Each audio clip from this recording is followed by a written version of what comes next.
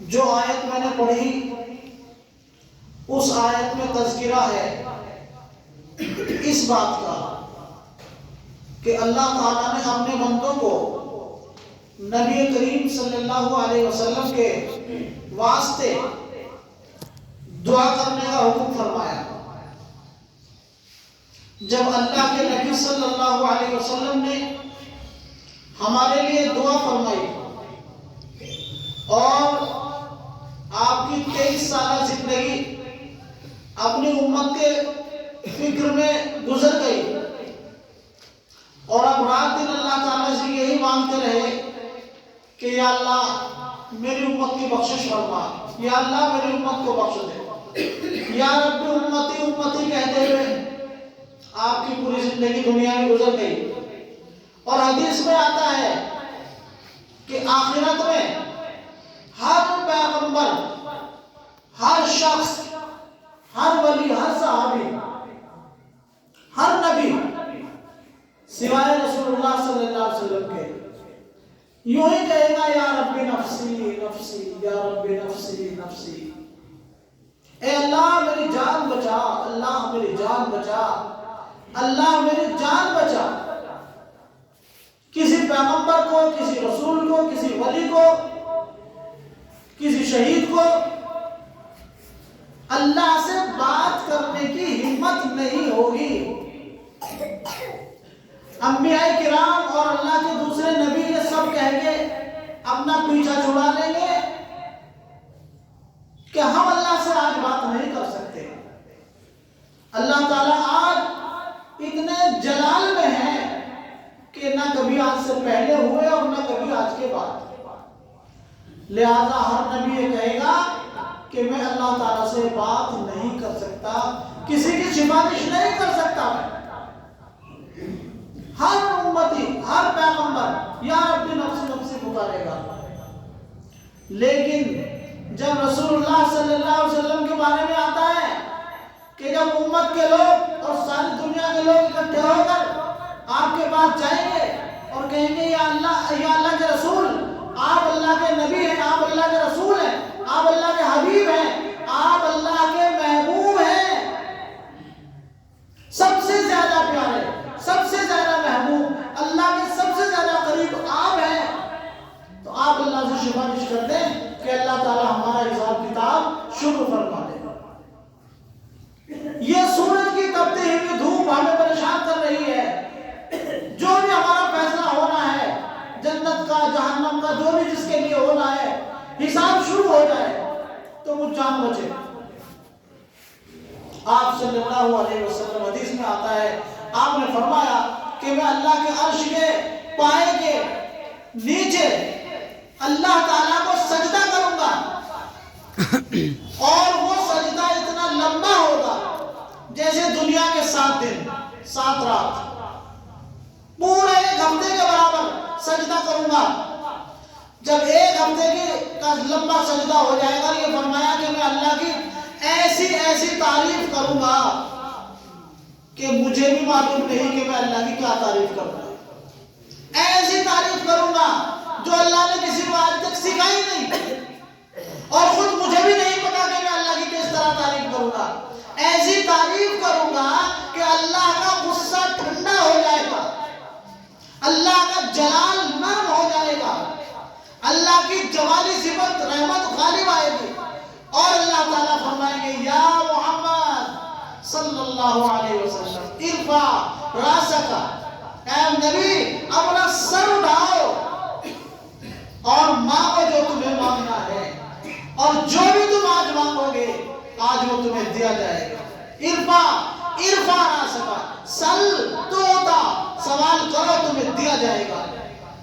حدیث میں آپ نے فرمایا کہ سجدے سے سر اٹھاؤں گا تو اللہ سے کہوں گا کہ یا اللہ یہ پبلک پریشان ہے، آدم علیہ السلام سے لے کر قیامت تک آنے والے لوگ دنیا کے جو تیرے سامنے کھڑے ہیں، اللہ سب پریشان ہیں، یا اللہ حساب کتاب شروع فرما دیجیے گا۔ پھر اللہ تعالیٰ فرمائیں گے صفے لگا لو، پھر صفے لگیں گے اس کے بعد، ورنہ تو کوئی کہیں ہوگا، کوئی کہیں ہوگا، کوئی کہیں ہوگا، اس کے بعد صفے لگ جائیں گی، حساب کتاب شروع ہو جائے گا۔ اس واقعے سے کیا معلوم ہوا؟ اس واقعے سے یہ بات معلوم ہوئی کہ اللہ کے نبی صلی اللہ علیہ وسلم نے دنیا میں بھی ہماری خاطر مصیبتیں جھیلی اور ہمارے لیے اللہ سے دعائیں مانگی، اور آخرت میں بھی ہماری سفارش کریں گے اور جہنم سے بھی نکلوائیں گے، کل صراط پر نگرانی فرمائیں گے، میزان عدل پر آپ جہاں ترازو ہوگی حساب کتاب کی وہاں پر آپ نگرانی فرمائیں گے، اللہ سے سفارشیں کریں گے۔ تھوڑا بہت آگے پیچھے ہوگا تو نکلوا دیں گے، چلو اللہ نکال دے، یا اللہ نکال دے، اللہ اس بچے کو بھی اس بندے کو بھی نکال دے، جنت میں پہنچا دے۔ ہم نے کیا کیا؟ بس ایک سوال ہے۔ اللہ کے رسول نے ہمارے لیے اتنا کیا کہ کوئی کسی کے لیے نہیں کر سکتا۔ ہم نے اللہ کے نبی کے واسطے کیا کیا؟ غور کرو۔ لعنت ہے ایسی زندگی پر جو اپنے نبی کے واسطے کچھ بھی نہ کر سکا۔ گردن کٹانا تو بہت بڑی بات ہے، نماز پڑھنا اللہ کے لیے ہے، روزہ رکھنا اللہ کے لیے ہے، زکوٰۃ دینا اللہ کے لیے ہے، رسول اللہ کے واسطے کیا کرا؟ زکوٰۃ کا اللہ نے حکم دیا، دے رہے ہیں، نماز کا حکم دیا، دے رہے ہیں، پڑھ رہے ہیں۔ ہم نے اللہ کے رسول کے واسطے کیا کیا؟ ایک حکم دیا تھا اللہ نے، ایک حکم کہ میرے بندو میں خود اپنے نبی پر رحمت بھیجتا ہوں، درود بھیجتا ہوں، درود کے معنی رحمت، میں رحمت بھیجتا ہوں، درود نازل کرتا ہوں، ایمان والو تم بھی میرے نبی پر درود بھیجا کرو۔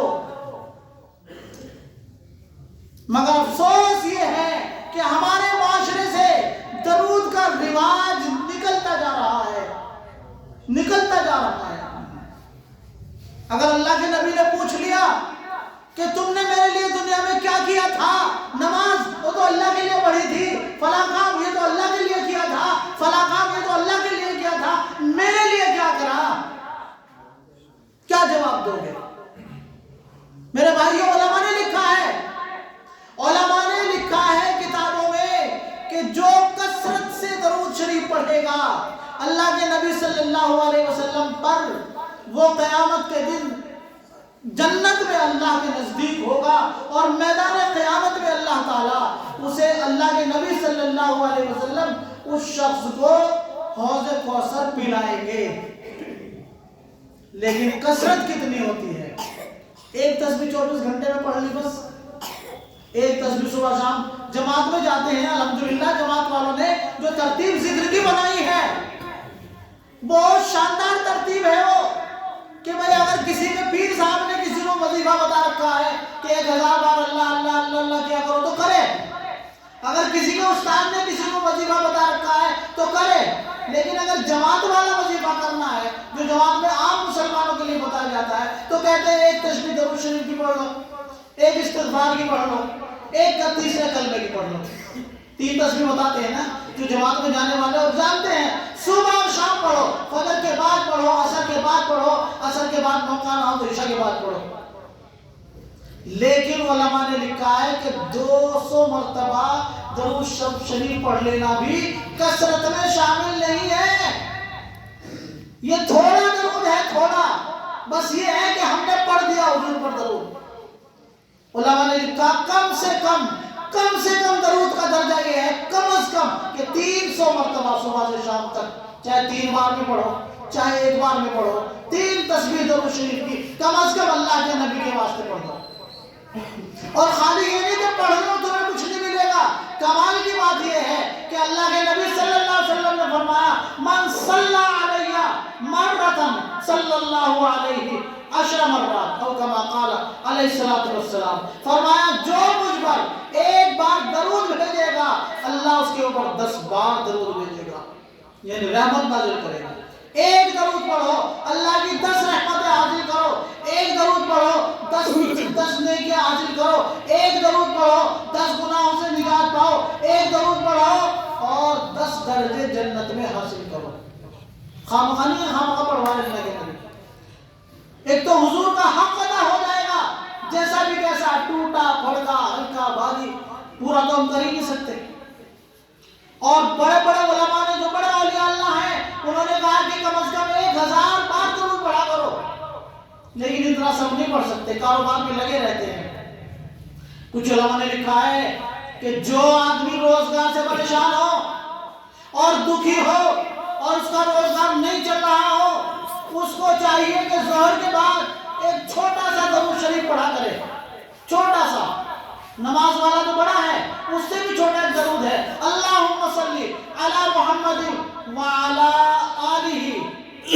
وبارک وسلم، کتنا چھوٹا سا، اللہم صلی علی محمد وعلی آلہ وبارک وسلم۔ ظہر کے بعد عصر تک کسی بھی ٹائم بیچ میں ایک تسبیح پڑھ لیا کرے، اور پھر دیکھیں اپنے حالات کو کچھ دنوں کے بعد روزگار کے حالات کیسے بدلتے ہیں۔ تو خالی یہ نہیں کہ رسول اللہ پر درود پڑھو تمہیں کچھ نہیں ملے گا، آخرت میں بہت کچھ ملے گا، دنیا میں بہت کچھ ملے گا، مگر کرو تو صحیح۔ افسوس تو یہ ہے کہ ہم اللہ کے نبی کے لیے بھی کچھ نہیں کر سکتے۔ ہماری حالت ایسی ہے، ہم تو اپنے کاروبار میں اتنے مشغول ہو گئے، ہم اپنی واہیات میں اتنے مشغول ہو گئے، اور جو لوگ کچھ خالی اور خالی ہیں بھی تو موبائل میں مصروف ہو گئے۔ صبح سے شام ہو جاتی ہے، شام سے آدھی رات ہو جاتی ہے، موبائل ہاتھ سے نہیں چھوٹتا۔ اگر توفیق نہیں ہوتی تو درود پڑھنے کی توفیق نہیں ہوتی۔ میرے بھائیو، درود کو اپنی زندگی کا فلسفہ بنا لو، فلسفہ اپنی زندگی کا وظیفہ بنا لو کہ کچھ بھی چھوٹے درود نہ چھوٹے، پھر دیکھو اللہ کی رحمت کس قدر نازل ہوتی ہے۔ اللہ تعالی ہمیں عمل کی توفیق